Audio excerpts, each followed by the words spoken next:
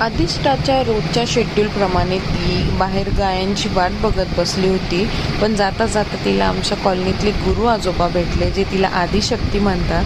तर त्यांना छानपैकी ती मस्त रामराम करते आणि त्यांची ती वाट बघत असते.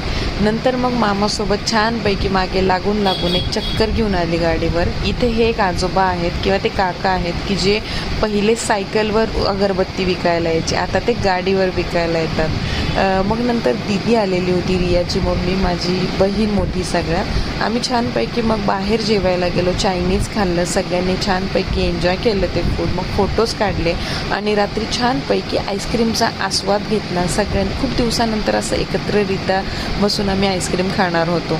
मग छानपैकी आम्ही आईस्क्रीम घेतलं, पूर्ण फॅमिलीसोबत घरी जाऊनच ते खाल्लं. अधिष्ठाला पण ते आईस्क्रीम हवं होतं, तिला आवडायला लागलं ते फार आजकाल, थोडीशी टेस्ट दिलेली.